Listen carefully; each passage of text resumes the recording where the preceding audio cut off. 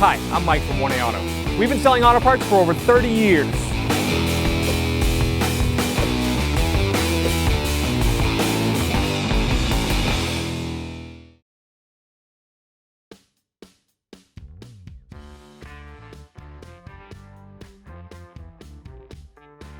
Before you remove the brake caliper and brake pads, make sure you disconnect the negative battery terminal.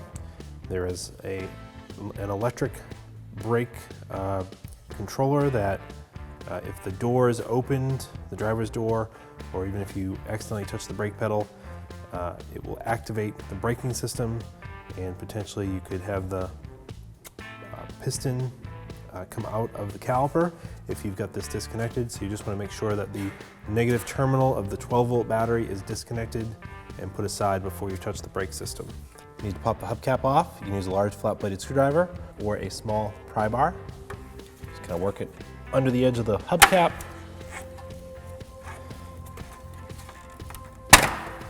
Should pop right off. Use a 21mm deep socket and a large breaker bar. We'll loosen the lug nuts of the vehicle on the ground so the wheel doesn't spin on you. So make it a lot easier to take them off once it's up on jack stands.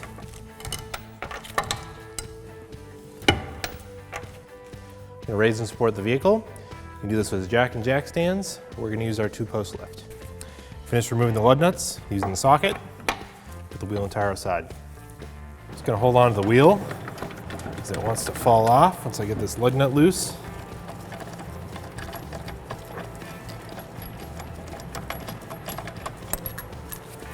Take the wheel and tire off, put it aside. Before you can remove the caliper, you need to unhook the parking brake cable. I'll just spray a little bit of rust penetrant on here. It will just help it slide apart. Take some needle nose pliers, grab onto the cable, and at the same time, I'm going to try to pull it up and out.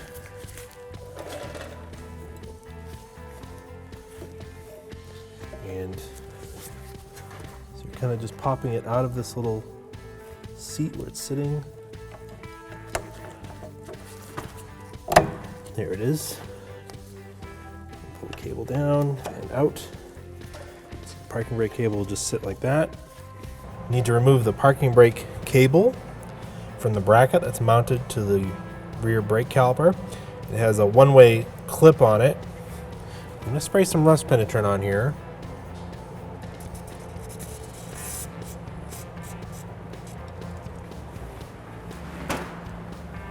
Take the box end part of a 14mm wrench, or slide it over the cable. You go down, it's going to push the clip together. You might have to go in a little bit, if you can, and then it's going to pull the cable out. All right, now I can slide the cable out of the bracket.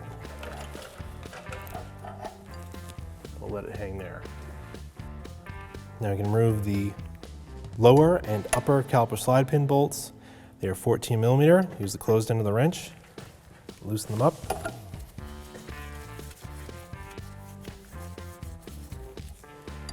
Same for the top one. Spin them out by hand. Then slide the caliper off. You can't pre-compress the caliper because it does have the parking brake assembly in it, and it will have to be spun back into the caliper to retract it afterwards. So we'll put this aside, and it will actually just sit right here on the suspension. You can pop the brake pads out, push them apart.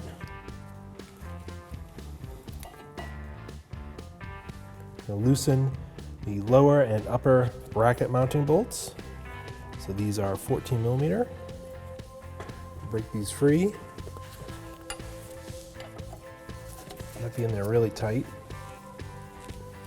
Use a 14mm socket and a long ratchet to get some leverage on these.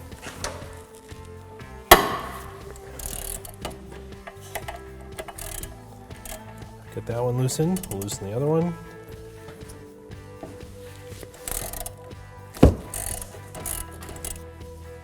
Actually got them loose enough. Loosen them by hand.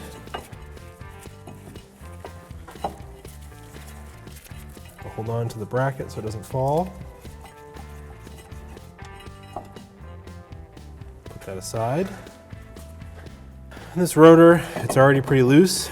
If it wasn't, you could spray some rust penetrant along here and then insert some 8mm bolts and push this off, but it's going to come free and come right off of there. Put a bungee cord around the caliper just to hold it in place.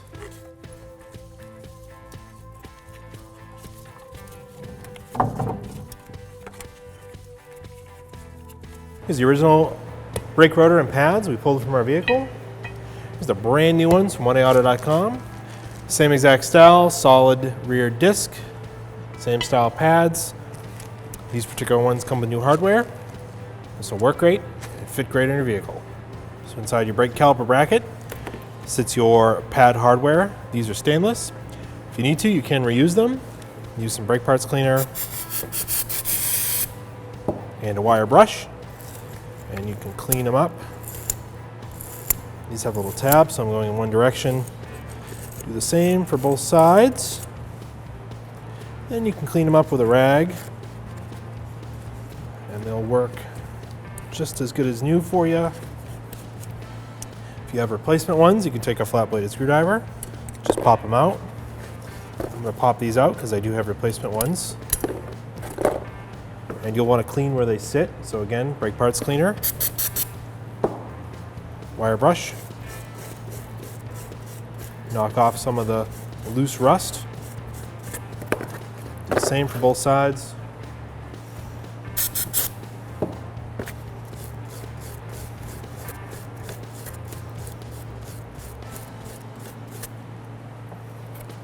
Install the new hardware, push them into place. This one's got a little bent, just bend it back.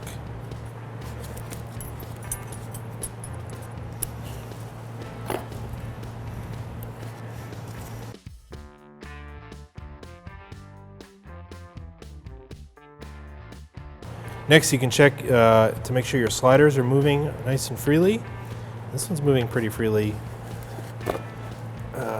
This one's really stiff.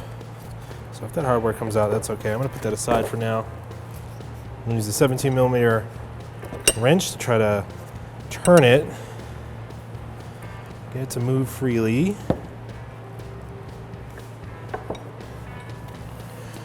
Try to pull it out. I need to carefully pry back the boot.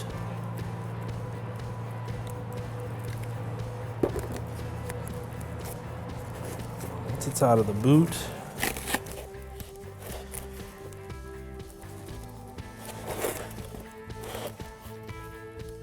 just trying to work it out of the caliper, out of the caliper bracket. I'm going to put one of the caliper slide bolts in here.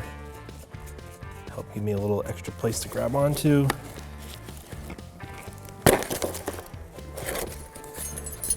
take this hardware out.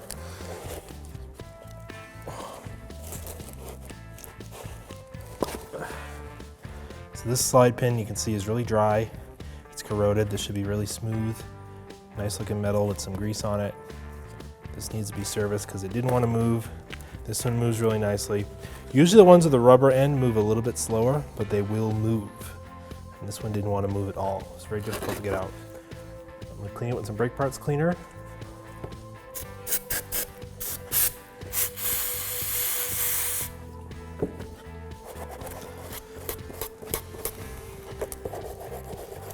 Try to brush off some of the buildup.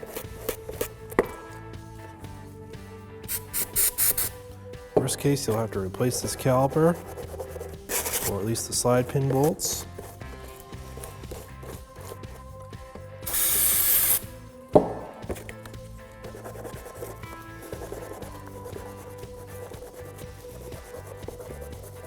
Use a scouring pad. Brake parts cleaner.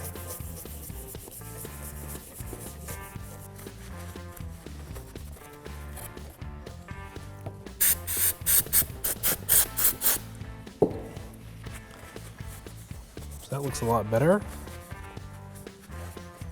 Just gonna clean inside where that slide pin went with some brake parts cleaner.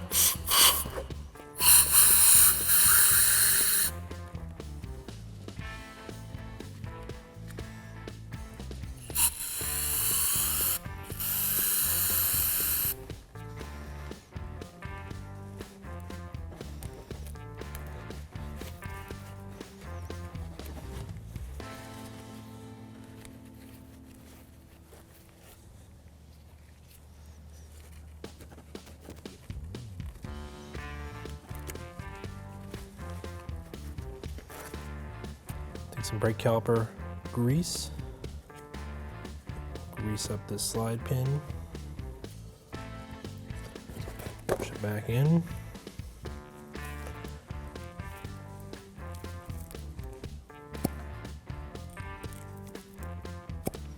So now we can see it moves nice and freely in and out. Make sure this one moves, but I am also gonna lube this one up. So you can see this one came out. This also had a rubber stopper on it. Sometimes only one of them will have that. This one had both. But you can see how this has grease on it. That's why it was moving nice and freely. Just clean off the old grease. I'm not gonna worry about cleaning inside there because it was full of grease. It was moving freely. So I'll just reapply some more to this one. Fresh stuff. Put that back in. Moves nice and freely now.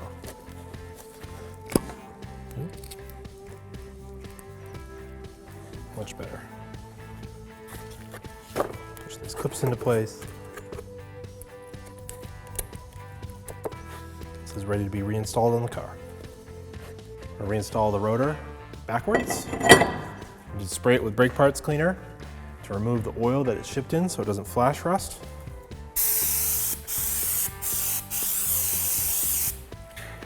You want to make sure this surface is nice and clean. You don't want any oil or dirt contaminating your new brake pads.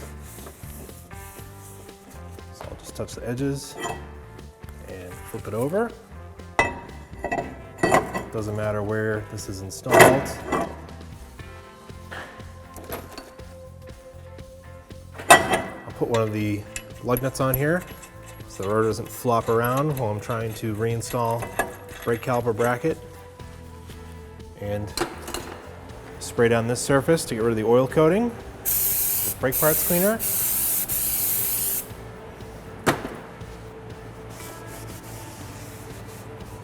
this point you can check, so that's not sitting there. Now it's sitting nice and flat. It's not touching the dust shield, so it's not going to make any scraping noises. If it was touching, it might make a noise. You can just bend that dust shield away and reinstall the rear brake caliper bracket. Get it lined up in place.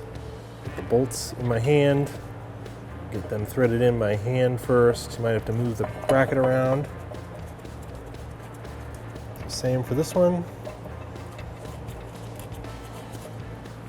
I torque the caliper mounting bracket bolts to 42 foot-pounds.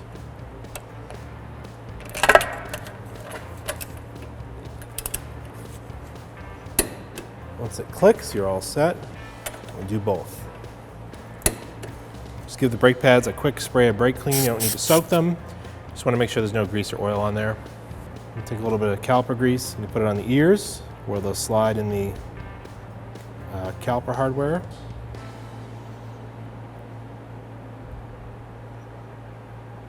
And push them in place.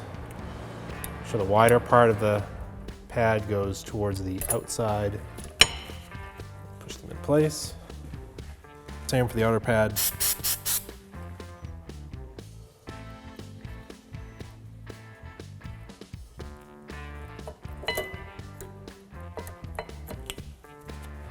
So these little return springs were missing when we originally took them off. They do go in here.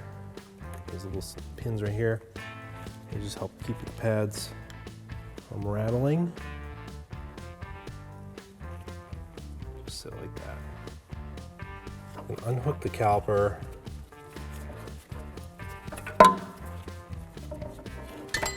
We sort of had it hooked up here. We didn't want it to fall, but probably wasn't.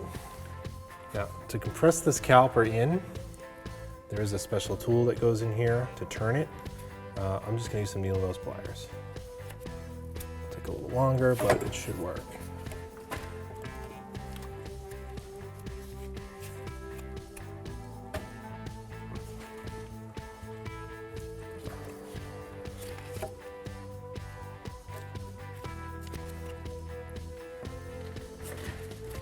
Just turning it in clockwise. So the reason why you have to turn this one in, you can't just push it in, is because part of it is integrated with the parking brake or emergency brake, and when you pull the emergency brake, it actually ratchets this piston out and holds the brake caliper closed to be used as the emergency brake. So I'll just spin this in.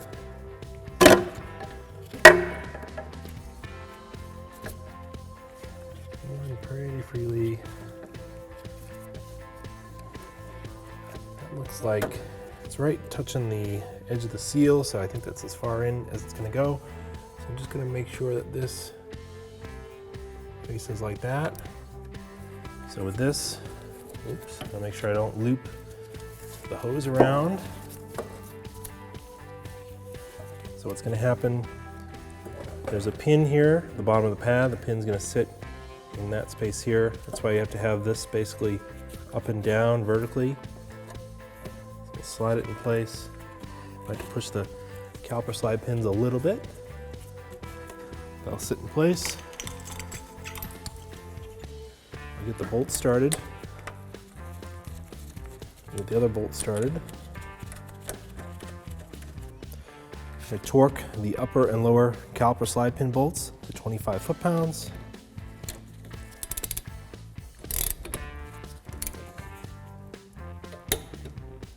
Once it clicks, you're all set. If it does spin, you can counter hold that with a 17mm. I got lucky, these aren't spinning. Torque the top and the bottom. Okay. Caliper's reinstalled. Now you need to reinstall the parking brake cable, so it's going to go up through the bracket, through the clip.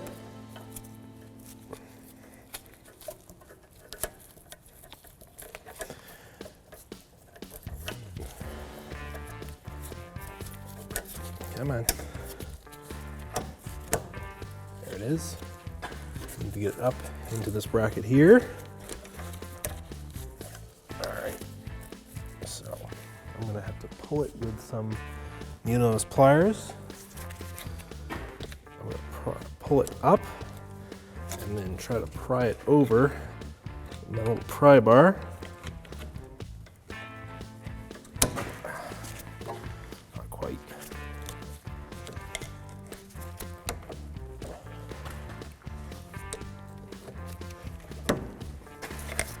Almost there, so I'll pry it over.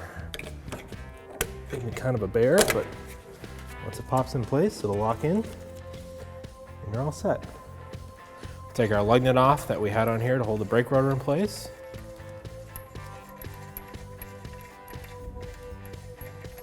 Now we can reinstall the wheel and tire.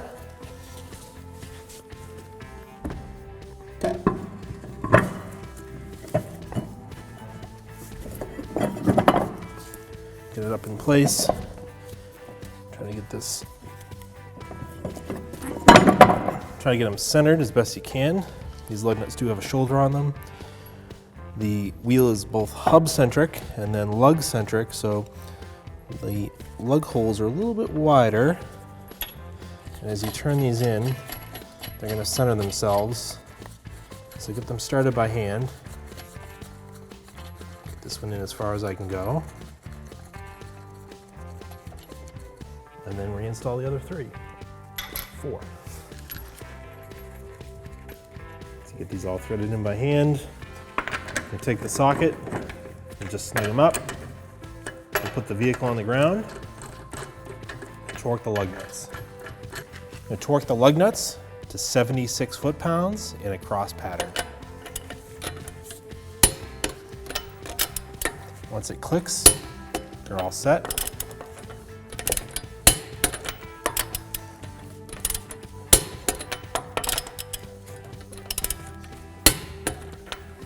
Line up the hole for your valve stem. Push your hubcap into place.